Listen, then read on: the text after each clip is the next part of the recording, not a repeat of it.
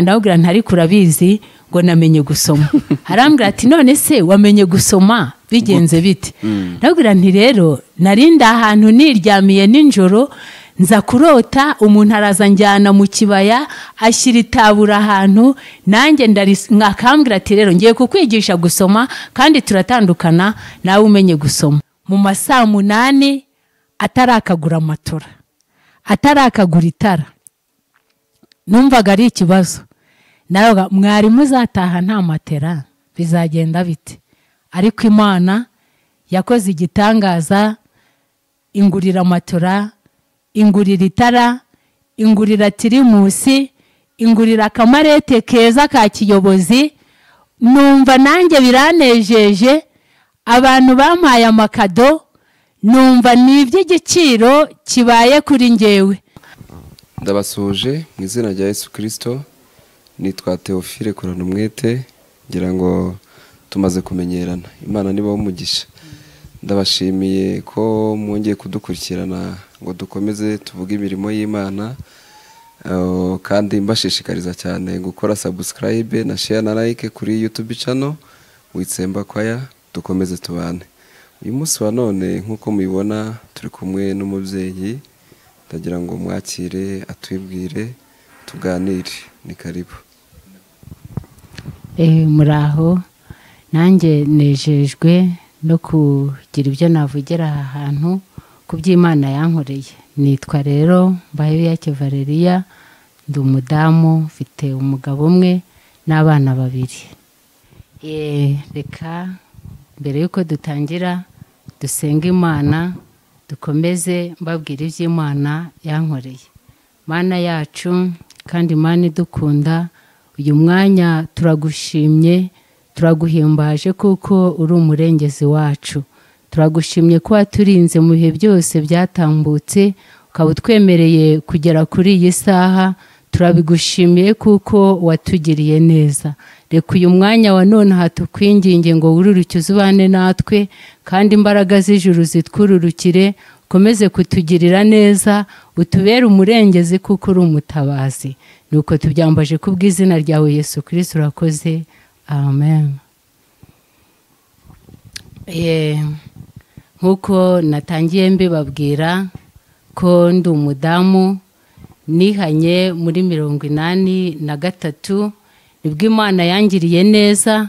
Ndi umukobwa muri 83 niho abantu bavuye muri paruwasi ya Gakeri bakora ibintu by'amasengesho, baza muri paruwasi yacu bakajya baza gusenga mu mugoroba.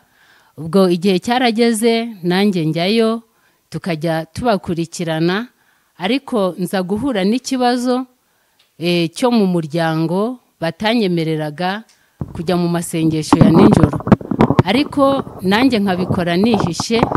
Igihe kimwe nkagenda iwacu bamaze nko kuryama, bamara kuryama nanjye nkagenda nkajya mu masengesho hamwe n'abandi, ariko bitinze baza kumenya ko nanjye muri iyo minsi njya mu masengesho. Ariko mbere yaho gatoya ntari nihana, hari ikibazo cyo gupima ibintu byitwa ibigage, tubinywa tubicuruza. Ngewe rimwe na rimwe mu muryango wanjye bari abantu b'abakungu, atari abakire, bari abakungu bafite amasambu n'amaka. Nza kugira ikibazo, papa aza kumpa amafaranga, arambwira ati rero muri iyi minsi ugiye gukora ibintu byo gucuruza ibigage. Ubwo nakoze ikintu cyo gucuruza amafaranga 300, ngo ayo mafaranga nzajya muha inyungu, ariko ikiranguzo cyabyo ari cyo nkomezanya ngo meze ncuruze. Naracuruje, igihe cyarageze inyungu ikaboneka, ariko ntarakihana. Abo bantu rero nyuma bazanye ubwo butumwa, numva nanjye byaba ngombwa ngo nihane. Kwihana birangora, abantu bakajya bansura, nanjye natekereza ukuntu mpima ibigage nkabibonamo amafaranga. Umukobwa umwe twari duturanye dukora gahunda, noneho mba ngeze ku rugero rw'uko twateranye umufuka w'amasaka, twawuguraga 1200 tukicururiza ubwo nkayisha ku wa kane no ku cyumweru kugira ngo nibishira ya masaka nigashira duhite turangura andi. Ubwo muri iyo minsi nubwo byari bimeze bityo twagize ibihe byo kujya dusenga Imana. Ababyeyi bacu benshi twari duturanye, hari abakobwa twabanaga mu murimo, ariko ababyeyi ugasanga ari ikibazo. Igihe cyarageze rero muri uko kwihana kwanjye nihana imisururu, nibuka ko hari ku wa kabiri twagize amasengesho ya ninjoro. Bagenzi banjye niho bansanze barambwira ati ariko ubundi wowe kugikomeje kujya unywa ibintu by'ibigage wazabiretse. Nibuka ko umukobwa umwe twakundanaga yitwaga Dasira, narambwiye nti rero njyaho kugira ngo nihane ibiteri by'umusemburo nareka ibiryo by'ibishyimbo. Ariko yumva nawe bitewe ko yumvaga ankunze angirira ishyaka cyane ryo kunganiriza. Ubwo umwarimu wanyoboraga yari umukobwa yitwaga Nzaruhisha Hemeraniya, ariko igihe cyarageze aransanga arambwira ati ariko ubundi nubwo uri umusigiri wanjye icyajyaga kuba cyiza nuko wakwihana noneho tugafatanya umurimo tukagumya gukorera Imana. Numvaga bingoye cyane, nkumva nabigiramo ishyaka ryo gukorera Imana, ariko nkakorera Imana nanjye ninywera ibigage. Numvaga bimpa amafaranga ari iby'igiciro, ariko igihe cyarageze uwo mwarimu, abantu bababwiriza butumwa bakunda abakristo babo, yagumije kunsanga anansengera. Igihe kigeze nanjye ndihana. Ubwo nibwo namaze kwihana rero muri iyo minsi nibwo natangiranye n'umurimo. Abantu benshi bakumva ko nanjye hari ukuntu nabaye, abandi ababyeyi bakansanga bakavuga ati uyu mwana wacu aratunaniye. Nibuka umunsi umwe twigeze kurara mu masengesho ya ninjoro, abantu baza kudufata, ariko hamanza kuza papa aravuga ati hari abantu nzi barara mu masengesho kandi n'umukobwa wanjye arimo, ariko muze tujye kubafata noneho tubakubite. Yagiye kubwira responsable, icyo gihe ntago nzabyibagirwa. Imana iraduhisha, twari abantu 9 turi mu nzu ahantu dusenga Imana. Bahageze mu masaa 4, natwe muri ayo masaa 4 twari dufunze, turabatireka rero turuhuke turaza gukomeza mu masaa 9. Ubwo baraje twamaze kuruhuka, hari ukuntu twinjiraga mu nzu, twamara kwinjira mu nzu yari imiryango 2, bagakingura umuryango tukinjira, barangiza undi muntu akajya gukinga undi muryango inyuma, twebwe tugasigaramo. Ubwo ushatse kugira agakingura wa muryango wo hanze kugira ngo tuze gutambuka. Bahageze bakoze ku ngufuri, basanga ingufuri iriho, kandi no guhumeka sinzi uko Imana yabigenje, barategereje baratubura. Tubona Imana aho hantu yaradukingiye itugirira neza. Ntibatubona kuko bumvaga nibatubona baraturwa nabi, bavugaga ko abana babo babananiye, ariko Imana iraduhisha aho hantu. Ntago nzabyibagirwa, numvise ko ari igitangaza cy'Imana. Ubwo twaratashye, cyakora ngeze imuhira nibwo papa yambajije tese waraye hehe, ahantu waruri nihe. Numva nanjye icyo gihe Imana hari ukuntu hari yari yampinduye, ndavuga ntitwaraye mu masengesho aha naha, ariko ntiyabyemera kuko yabonaga nyine yahageze ntibatubona kandi ntibagira n'ibyo bumva, atekereza ko nanjye nabandi kumubeshya, ariko byari ukuri. Ubwo rero byaratinze muri iyo minsi, nanjye igihe kigeze bya bigage ndabireka. Wa mubwiriza butumwa wanyoboraga yumvise anezerewe. Twari dufite umupasiteri wadukundaga cyane, akajya dusura, bari baramwise ngo ni inshuti y'abana. Abandi bayobozi baramubonaga bakabona uko agenda asura abantu b'abakobwa, urubyiruko, abitaho, abaha inama, ugasanga mbese ni ibintu bo abandi bakozi batakora, ariko warabidukorera akadusura mu ngo, akadufasha mu bibazo twaba dufite, ariko akatuganiriza.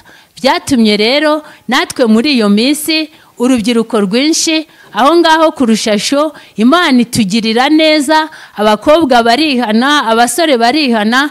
Mbese ni igitangaza Imana yadukoreye muri iyo minsi. Hari abantu benshi batari bazi gusoma b'urubyiruko, ari abakobwa ari abasore, ariko Imana yaratwigishije twese tumenya gusoma. Benshi baba abadiyakoni, abandi baba abaririmbyi. Turiho dukorera Imana neza nta kibazo. Ntiwabaza umuntu utese wiza amashuri angahe, kandi rwose gusoma biremera. Ukaba wasoma ijambo ry'Imana, abantu bagafashwa bakagukurikira. Twumva Imana ikintu yakoze cyane kuri uwo mudugudu wo ku Rushasho, ni uko abantu benshi Imana yatwigishije gusoma, kandi ari nta mashuri twize. Buretse gatoya uravuze uti abantu benshi ku Rushasho Imana yabigishije gusoma. Tubwira ukuntu Imana yigisha umuntu gusoma, byagenze gute? Mwarabirose? Ni ikihe gitangaza cyabaye kugira ngo mumenye gusoma? Nkanjye ku rwanjye ruhande nibuka hari muri 86 ari mu kwezi kwa munani, nibwira ko ariho namenye gusoma. Hari ninjoro nari ndyamye, abandi bantu bari bagiye mu giterane igitarama, ariko nge ndasigara bitewe n'intambara zabaga mu rugo batanyemereraga. Ariko muri iryo joro ndibwira hari kuwa gatanu ninjoro nibwo naryamye. Igihe ndyamye mbona umuntu araje arambyutsa anjyana ahantu mu kibaya cyiza, hari urubaya, nanjye nareba nkabona ni ahantu heza. Ngiye kubona mbona imbere yanjye ahashyize itaburo. Ahashyize itaburo arambwira ati rero ubu ngiye kukwigisha gusoma, kandi turatandukana nawe ubimenye. Numvaga nyine ari nk'ibintu by'inzozi, ariko mbere yaho gato nari narashyize icyifuzo imbere y'Imana. Aravuga nti rero Mana, nunyigisha gusoma no kwandika, nzagukorera aho nzagera hose, nzajya nkuvuga. Ubwo muri iyo minsi rero niho byahise biba. Ndaho ngaho muri icyo kibaya mbona umuntu yanditse inyugute, ndatangira ndazisoma. Ndangije kuzisoma arazisiba, arongera yandika izindi, nazo ndazisoma. Arangije mbona arazisibye. Birangiye gutyo nagiye kubona mbona mvuye muri cya kibaya, inzozi zirangira zicyo. Ariko nkangutse hari umuhamya rwari rwarasohotseho muri ADPR, rwavugaga ibyo kurundoyi. Nanjye muri icyo gitondo kuwa gatandatu twagiye muri korari, nanjye numva wa muhamya ndawusoma, nkumva ibyo nabonyemo ndabisoma. Byararangiye nahise mfata wa muhamya ndasoma, nkabona byemeye. Ubwo ari soma ijambo ukumva urarimenye, nkumva ndarimenye. Bavugaga ukuntu urundoyi habonetse amata, ibumba ryo kubumbamwe amatafari ahiye, batanga ubuhamya. Umupasiteri wari utiwe icyo gihe, nanjye mbona ndabimenye. Niho rero nagiye mbwira wa mubwiriza butumwa wanyoboraga w'umukobwa, ndabwira ntari kurabizi ngo namenye gusoma. Arambwira ati none se wamenye gusoma bigenze bite? Ndabwira nti rero narinda ahantu niryamiye ninjoro, nza kurota umuntu araza njyana mu kibaya, ashyira itabura ahantu, nanjye nkakambwira ati rero ngiye kukwigisha gusoma, kandi turatandukana nawe umenye gusoma. Nubwo rero nagiye kubona mbona ndasomye, yandika inyugute nzisoma, yarangiza akazisiba. Byarangiye namenye gusoma. Nubwo yazanye uwo muhamya, ndambwira ati ngaho nsomera aya magambo. Narayamusomeye, ariko nkimara kuyasoma aranyitegereza cyane. Ambwira ati ariko se uri gusoma ukumva mu mutwe birimo, cyangwa ni umuntu wabikwigishije kugira ngo ahari zubipapire ubivuge? Ndabwira nti ariko rero reka nkubwire, ahangaha hari ahantu handitse amazina y'umuntu witwa Yoramu. Nireka mbigusomere urebe, kandi nturabinyereka, ni ngewe urabikwereka. Ubwo byararangiye, hahandi ndaharambura ndayasoma ya magambo, ayo mazina. Uwo mugabo yitwaga Yoramu, mubwira ukuntu yagiye kwiba, ngo yari umusirikare, yiba ibintu byo mu gisirikari, amasafuriya, amasahani, ngo ari ibintu byiza bikomeye. Ariko aje guhura ngo n'Imana, bya bintu ngo bararangishije ku maradiyo barabibura. Ariko noneho ngo igihe kigeze, we yumva amaze kwihana ngo arabyikorera, akabijyana mu gisirikari ngo abisubize ba nyirabyo. Ndabimusomera, arambwira ati ariko se Vare, umuntu wakwigishije yarameze ate, yarangana iki? Numva ntago namubonye ngo menye ingano ye, nabonaga ari umuntu unyigisha turi aho hantu mu kibaya. Ubwo nakangutse namenye gusoma. Ikindi naramubwiye, ntumva rero nari mfite icyifuzo cy'uko nzakorera Imana, ninyigisha gusoma no kwandika. Ni none rero kuva nabimenye, ngiye gukorera Imana uko bishoboka kose, ntabwo nzongera kugira ibindi ninjiramo. Ni uko naretse ibigage bikarangira, noneho ubu ngiye gukorera Imana, nta bindi bintu ndi bwongere gukora. Ubwo uwo mubwiriza butumwa arambwira ati noneho rero ubu nanjye igihe kizagera, nanjye nzaguha ijambo uzasome, noneho turebe ko uzabishobora uri mu iteraniro.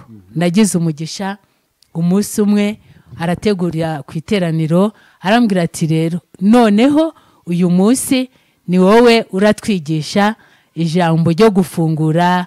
Hajyaga habigisha 3, arambwira ati noneho ni wowe urafungura. Byarangiye rero amaye akanya, nza gusoma ari amagambo y'Imana aboneka muri Zaburi igice cya mbere ku murongo waho wa mbere. Ndabyisomera ntanabwiye n'undi muntu ngo yenda ngo nsomera, ariko maze kuyasoma abantu mu iteraniro bararebana, ariko se buriya biriya bintu ni ubisomye ko tuzi ko atazi gusoma, none akaba yisomeye. Abandi bajyaga bakunda kubwira abantu uti somera aya magambo, ariko ngiye mu iteraniro Imana iramfasha ndasoma, ngo hahirwa umuntu udakurikiza imigambi y'ababi. Numva muri nge rigize imbaraga, ndarisobanura, abantu nabo barafashwa. Ubwo byahereye aho ngaho, aribwo nakomeje gukora umurimo w'Imana. Bityo birangira rero ntarakaba umubwiriza butumwa ngo banshinga umudugudu. Byatangiye bityo, baravuga ati noneho rero hari imidugudu muri icyo gihe cya mbere yakoragaho abantu, akaba ari umwarimu umwe akagira imidugudu 3, akaba yagira n'imidugudu 2. Ariko noneho ngewe subiye inyuma buke, muri iyo minsi ntaragahabwa umudugudu, nabaye umudiyakoni. Bamaze kungira umudiyakoni, birangira ndizera ko muri iyo paruwase habagaho abantu bita abagenama, ariko ninge mu cyiciro cyo kuba abadiyakoni, nanjye nabaye umudiyakoni muri iyo paruwase. Ninge wasengewe hamwe n'abandi, nanjye ndi uwa mbere, ndi umukobwa. Twagize umugisha rero, muri iyo minsi basengeraga abadiyakoni b'abakobwa n'abasore. Ubwo bansengeye muri icyo cyiciri mba umudiyakoni. Muri uko kuba umudiyakoni byararangiye, kuri iryo torero rya Rushasho baza gukora inama, baravuga ati noneho rero reka natwe twitoremo umuntu mukuru uzatubera umuyobozi. Byarangiye rero barantora mba umukuru mu badiyakoni. Igihe kigeze nkabakoresha inama, nkabahamagara tukaganira, nkabayobora, bakanyemerera. Igihe kimwe rero Imana ishaka kumpa umudugudu, n'ubundi insanga mu bihe bya ninjoro, imbwira ko nzajya gukora ku mudugudu wa Karuruma. Ariko muri icyo gihe hari kure yo mu rugo, hari urugendo rw'amasaha 2 hafi n'igice. Nkibaza ukuntu nazajya ngerayo mu bihe bya nijoro, birangora. Nanjye nabandi kuva rero nyoboye abadiyakoni, hakaba harimo abasore n'abagabo, reka mbahamagare. Mbahamagaye mbakoresha inama, ndababwira nti rero rimwe nagiye mu Karuruma sanga umwarimu uhakora afite imidugudu 2, ajya ku mudugudu umwe mu gitondo saa 5 akaza kwigisha ku wundi mudugudu. Ni none muri mwe hagira umuntu umwe uvamo ajye kumufasha abe yayobora kuri uwo mudugudu. Ariko bariyumviriye umusore umwe wari urimo niwe wavuze ngo ariko se ngo we wagiyeyo. Nekereje uko Imana yari yabimbwiye, imbwira ko najya kuri uwo mudugudu ariko nkahakora amezi 3, numva birangoye. Ariko igihe kigeze ndavuga bakimara kumbwira ngo mbese ngiye nagiyeyo, numvise nanjye fashe umugambi. Ndavuga nti none se kwa hagendwa ninjoro abantu bakabasenga ninjoro nazagera yone. Ubwo igihe kigeze ndavuga nti rero Mana, ibyo nashakaga kugukorera iby'ijoro byose nabishobora. Nibwo navuze nti rero buno abantu ntago kugenda ninjoro byanyemerera. Haba ngeze hashije igihe gito baratangaje ati rero hari abantu bigize abavolonteri bajya ku mudugudu, none ejo bakajya ku wundi, ejo bakajya ku wundi.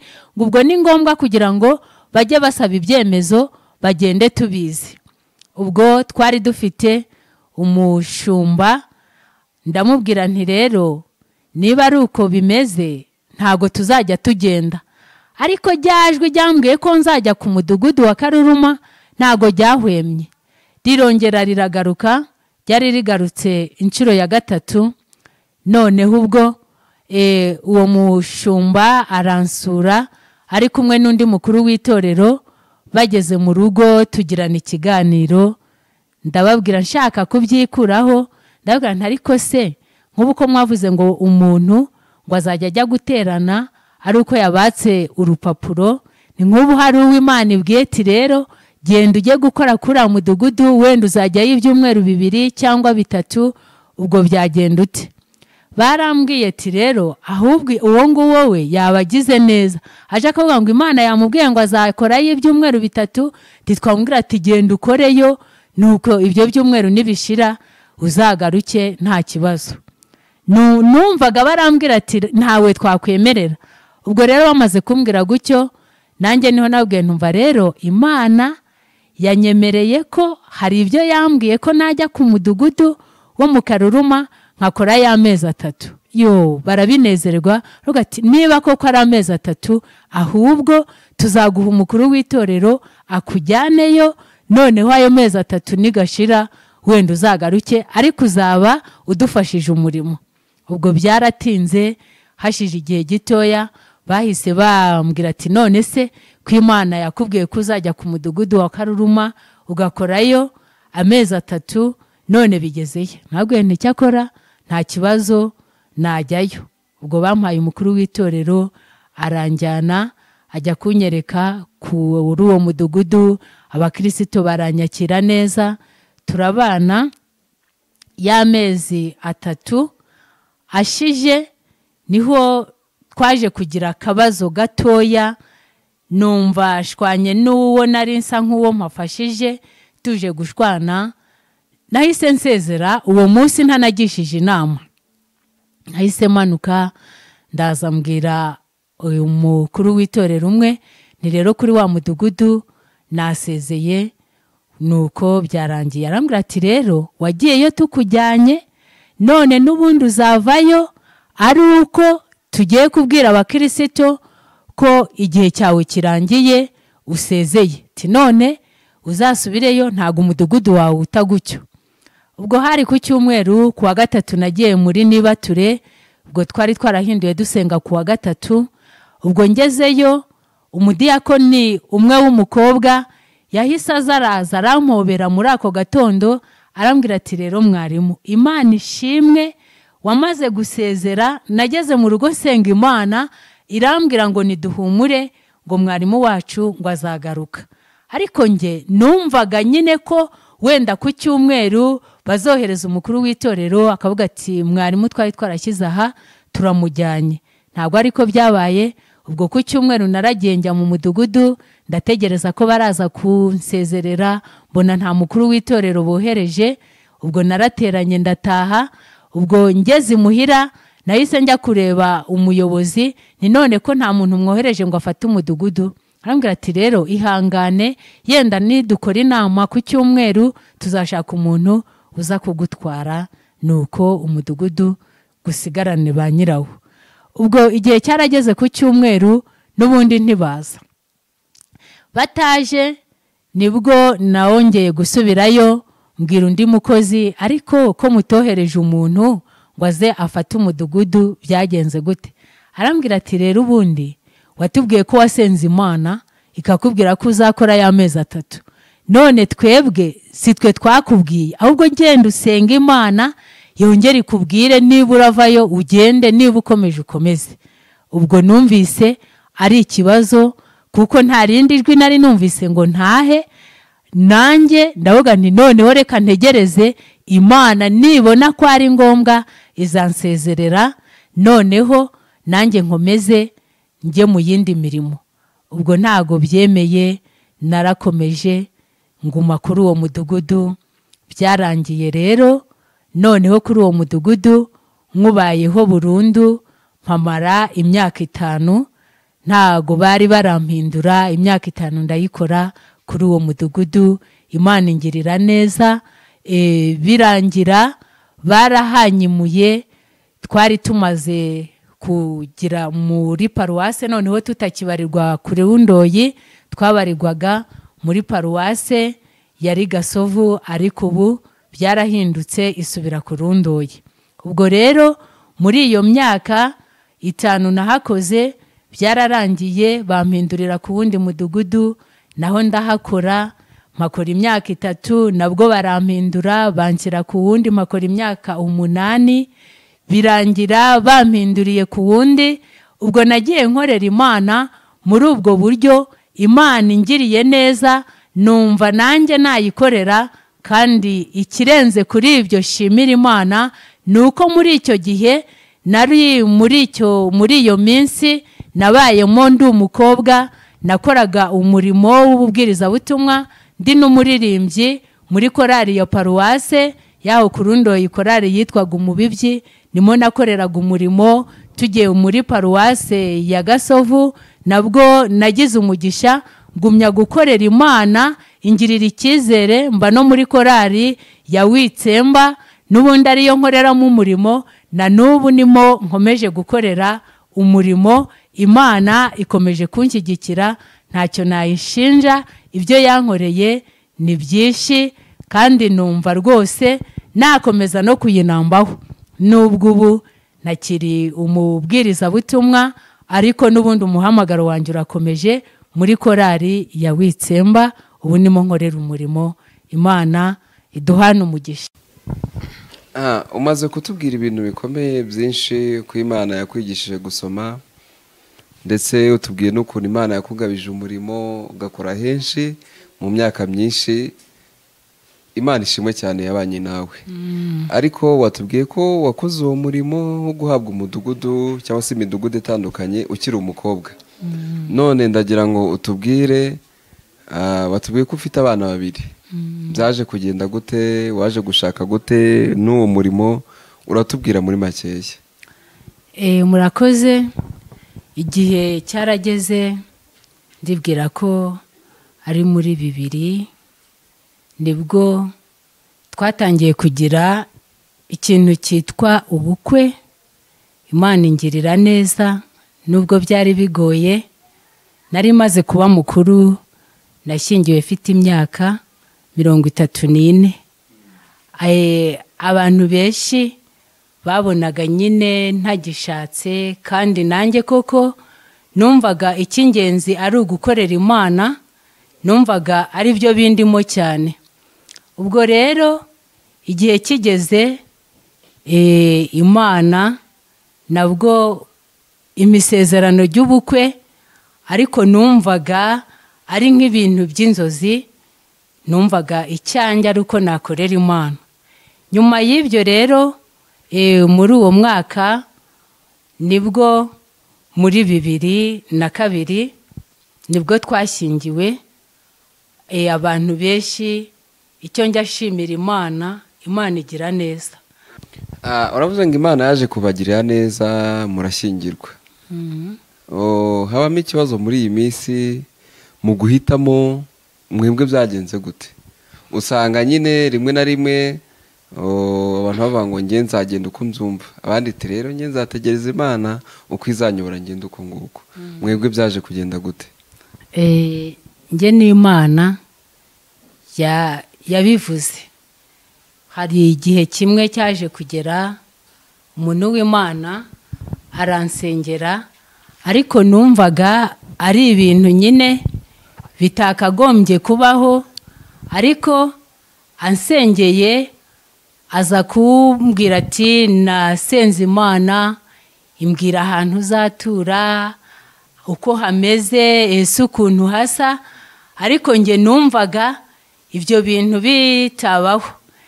Ariko buke muri iyo minsi ya mbere numvaga nge ntari bushakire mu gace ko mu Kanage, hari ahantu bitaga mu Kanage, nkumva nge ntahatura kuko sinahakundaga, numvaga ari ikibazo. None hambwiye ahantu nzatura, nkumva twebwe mu gace dutuyemo, ahantu tuba dutuye hataba amabuye, ariko arambwira ati nabonye utuye ahantu hari urutare hameze ukuntu, ariko ntiyambwiye ati yenda se umusore uzakujyana ni runaka, yambwiye gutyo ngo yabonye ntuye aho hantu gutyo. Nanjye numva nyine ko ari ibyo, kandi numvaga mu gushaka kwanjye abantu bari barabirenze. Nibuka ko rimwe hari umuntu umwe waje kumbwira ngo barandoze, ngo niyo mpamvu ntashaka, ariko numvaga nge nta kibazo. Narambwiye numva rero abantu bandoze barakoze, bandoze ubwo kudapfa, nkaba ndiho ntacyo bimbwiye. Noneho igihe kigeze niho umuntu twakoranye ubukwe cyangwa se umutware, turi ahantu aza kunyandikira urupapuro, ndarusoma, arambwira ati rero numvaga twazakorana umushinga. Yarekereye aho, nanjye ubwo natekereje ntiyenda ko ndi umuntu w'umuhinzi, nakundaga guhinga ibirayi, nubwo ari kugira ngo yenda nzamwigishe guhinga ibirayi ari wo mushinga. We yarakwandikiye ati nge numva twazakorana umushinga, ibyo gusa ntiyashyiraho umushinga. Nta bindi yasizeho yanyandikiye. Nawe uti buri iwacu ubwo duhinga ibirayi aragira ngo tuzafatanye duhinga ibirayi. Kuko nakundaga ibintu byo guhinga, nari umuhinzi bya cyane. Ubwo rero igihe cyarageze akinyandikira gutyo, nariturije, biteye uko numvaga amaze kuba na mukuru, umuntu wari ufite imyaka 33. Ubukwe bwacu bwamaze umwaka, nshyingirwa amaze 34. Numvaga nanjye noneho anyandikiye kuko nabonaga ari na mutoya, murusha imyaka 11. Ubwo urumva yaba nk'umuhungu wanjye ahari, wenda mbese ubona byari bigoye, sinabyakiriye ko ari umushinga w'ubukwe. Nyuma yaho niho yanyandikira urupapuro, ariko nzagusura mu rugo tuganire iwanyu mpamenye. Ubwo igihe cyarageze namuhaye ikaze, araza turaganira, nge kumva numva ati rero numva tuzabana. Narikanze, ntekereje agace ntuyemo, ntekereje n'ingano yanjye n'ukuntu mubona, mbona nyine ari ikibazo. Nabonaga ari mutoya, niyo twabaga dushoreranye wabonaga ari ikibazo. Nibuka rimwe twagiye kwipimisha turi butangire ubukwe, niho twagiye kwipimisha dushoreranye, duhura n'abantu baravuga ngo ariko disi ngo no mukobwa ngo asa na musaza we. Urumva nyine ntago bari batuzi, twarigenderaga ducyo twigiriye kwa muganga. Ubwo rero igihe cyarageze akimbwira ko turi bubane, numvise ntamuhakanira. Nasanze umukozi w'Imana wari wabivuze avuga aho ntuye, nanjye ndavuga ariko se ko haje umuntu umeze cyane we wabonye, avuga ati nugusenga Imana. Ubwo nyine Imana ifite uburyo, nuko nyine nukuyishima. Ubwo byarangiye dukoze ubukwe, atangira ubukwe bwo gusaba, turasabana, turashyingirwa. Imana ikora igitangaza cyane mu bukwe. Yariyerekanye, nubwo natangiye mbabwira ngo iwacu bari umuryango mwiza w'abakungu, ariko twagize ubukwe bugoranye, twagize ubukwe butugoye, ariko Imana irigaragaza. Nibuka igihe kimwe hari mu kwezi kwa gatanu, niho umudamu umwe yari umuvugabutumwa aza muri paruwase yacu, dukorana urugendo.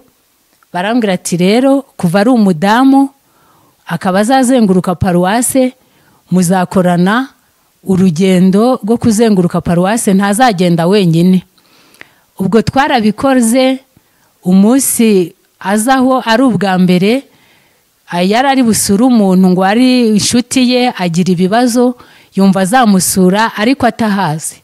Noneho turagenda, ngewe muri ako gace uwo muntu yari atuyemo nari nkaza, ariko ntaza aho atuye aho ariho. Turagenda tuhagera bwije, turabaririza, tubaririje baratubwira ngo umugabo we yari umudogiteri arapfa, amaze gupfa ajya gucumbika ahantu. Baturangira aho uwo mudamu acumbitse, tugezeyo dusanga yahasize umwana, ahubwo yarigendeye ngo gusura imiryango yabo i Kigali. Ubwo rero twaraye aho ngaho, twarahageze baratwakira, ubwo turabaganiriza. Bwarakeye tujya mu mudugudu, hariho ubu bise byahindutse bitari umudugudu ari itorero, ahantu hitwaga Imukebera. Twaraharaye, bukeye turaterana. Tumaze guterana tuza ahantu kurindi torero, ubu ni Rugoti. Tuhageze twaraganiriye, tujya kuryama. Ntabwo yaranzi, niho yarambonyeho ubwa mbere, ariko igihe ari mu masaa 8 z'ijoro umudamu arakanguka, numva ari gusenga. Arangije gusenga Imana, nibwo yambajije, ariko se ko mbonye ufite ubukwe bimeze bite? Ubwo nyine iyo umukobwa ari gusabwa bujya bari ikibazo, nubwo nari nkuze ariko numvaga afite isoni. Ndabubwira nti ntabwo mbizi. Ariko rero nubwo uri kumbwira ko utabizi, Imana inyeretse ubukwe bwawe, kandi rwose nubwo wabimpakanira ngo Imana hari ikizabukoramo nubwo bigoye. Yambwiye amagambo akomeye, numva ari iby'umukecuru. Arambwira ati rero ubukwe bwawe harimo ikibazo, ariko Imana izihesha icyubahiro. Ndavuga ni ibyo ni iby'abakecuru, yaba yaranavangiwe nkanjye se w'umubwiriza butumwe, ibyo sinabikurikirana. Ubwo twaratandukanye. Ubwo yarambwiye ati rero byuko mfashe gusenga Imana, yenda iragira ibindi iri bugaragaze. Ubwo narabyutse turasenga, ariko nkumva ibye ntari kubyakira. Bwarakeye turaterana, birangiye twarakomeje tujya mu rindi huriro ku mudugudu, ubu ni itorero rya Muremure, abariho duterana. Byageze nijoro n'ubundi arongera arabimbwira.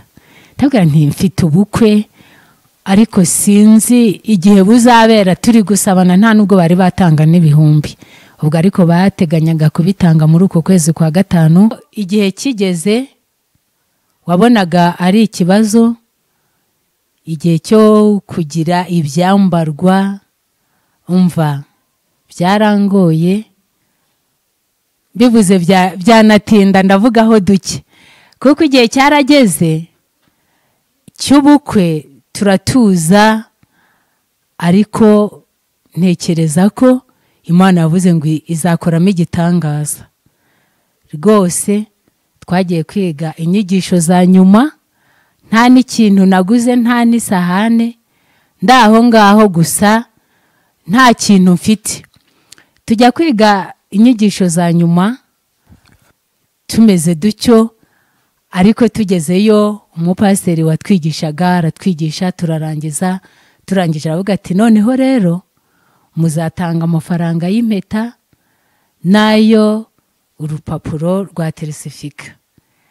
Numvaga ngewe ntuje, nta n'icyatanu nari mfite, bitewe yuko ngewe nakoranaga n'abayobozi. Ndamubaza ni none se gatanga bose cyangwa gatanga umwe. Arambwira ati ariko rero ubundi iyo bishatse gatanga umwe cyangwa bakabyumvikanaho, umwe agatanga mamwe undi andi. Rero none se kwa uvuze ko ari 800, ubwo ngewe rero nzatanga 300, ariko nta n'igiceri cya 5 nari mfite. Ubwo byarangiye dutashye, ariko igitangaza Imana yakoze muri ubwo bukwe nuko navuye aho twari turi kwigira, ngeze ahantu mu nzira nigendera, sanga hari umukozi umwe mu bo twakoranaga umurimo yatumye umudamu we ngo aze ngo antegereze ngo antwerere. Nageze aho ngaho mu nzira, uwo mudamu ndahamusanga yicaye, arambwira ati ubu rero bampaye amafaranga ngo yo kugutwerera. Nagiye nezerewe, arayampa ndagenda. Ngeze hirya mpura n'undi mukirisito muri uko gushyingirwa, nakoraga ku mudugudu buno n'itorero rya Gasoyo, niho nakoraga, niho nashyingiwe ndi. Ubwo mpuye n'umukirisito twagendaga mu nzira, rwose yari umukirisito mwiza, n'ubu ndamukunda. Twarahuye, ntago nari nzi ko hari icyo yantwerera. Ubwo nawe abampaye amafaranga, numva ndanezerewe. Yantwereye amafaranga 1000. Ndagenda, ngeze mu nzira, undi mudamu arampamagara ngo nimpagarara mbwire. Nabwo ndahagarara, nawe mbona aje kuntwerera. Nageze imuhira, sanga kuri wa mudugudu bateranije, ntago bantwereye ibintu bise by'ibikoresho cyangwa se ibindi bintu runaka, ahubwo bateranije bazana amafaranga. Bantwereye 7,000, babiha umukirisitu umwe arabizana. Ngeze mu rugo nahise shyiraho ya mafaranga, mbona ngize 13,000 n'amafaranga 500. Kandi navuye mu rugo muri icyo gihe mu gitondo ngiye kwigiza nyuma, ari nta n'5 mfite rwose, nta n'ahandi ndi gutekereza nayakura. Ariko nyimara kubona afite 13,500, naravuze nti cya gitangaza Imana yavuze iragikoze. Ndavuga nti Imana ndagushimye. Naguzemo ibikoresho bishoboka. Ubwo natashye ubukwe, baranshyingiye mu gitondo, abantu bagiye bantwerera. Itorero ryambereye umubyeyi. Umva kubona mwarimu wari uri aho ngaho, wageze igihe cy'ubukwe kuwa 4 mu masaa 8, atarakagura matora, atarakagura itara. Numvaga ari ikibazo. Naroga mwarimu uzataha nta matera, bizagenda bite? Ariko Imana yakoze igitangaza, ingurira matora, ingurira itara, ingurira tirimusi, ingurira akamarete keza ka kiyobozi. Numva nanjye biranejeje. Abantu bampaye amakado, numva ni iby'igiciro kibaye kuri ngewe. Ndavuga nti Imana ni igitangaza. Ndashishikariza abantu bumva ko Imana idashoboye, ahubwo Imana irashoboye, ikora n'ibyo utatekerezaga. Ntekereje uko yankoreye ubukwe, abantu benshi barambonaga, bambwiraga ko ntazabyara abana bashije mu nda, cyangwa se ikindi ko nzaba ingumba. Ariko nashimye Imana ko yampaye abana, tukaba turi kumwe. Yampaye abana 2 b'abakobwa, nubwo umuhungu yatashye, ariko shima Imana kwitangiza ingumba. Nicyo nezerererwa Imana. Nawe unyumva utegereze imbaraga z'Imana. Nashyingiwe mfite imyaka 34. Cyari ikibazo, abantu bambwiraga ko ibyo ngibyo bitabaho, ariko shima Imana ko yangiriye neza. Kandi nyuma y'ibyo, nubwo nari umubwiriza butumwa, byageze n'igihe n'umutware nawe aba umubwirizabutumwa akorera Imana. Ubu nahagaritse imirimo ariko arakomeje, ni umubwirizabutumwa, afite itorero ashinzwe. Imana iriho itugirira neza muri ubwo buryo. Nibyo nanjye muri iyi minsi nashimira Imana. Ndumva nagira inama cyane cyane urubyiruko. Mw'iyi minsi hari urubyiruko rwirambirwa, ariko ndagira ngo mbafashe rwose muri iyi minsi urubyiruko rubere maso ubugingo bwabo kandi bategereze igitangaza cy'Imana. Nk'uko nababwiye, iyo myaka yose nubwo yashije, ariko Imana yampaye umutware, tubanye neza nta kibazo dufite.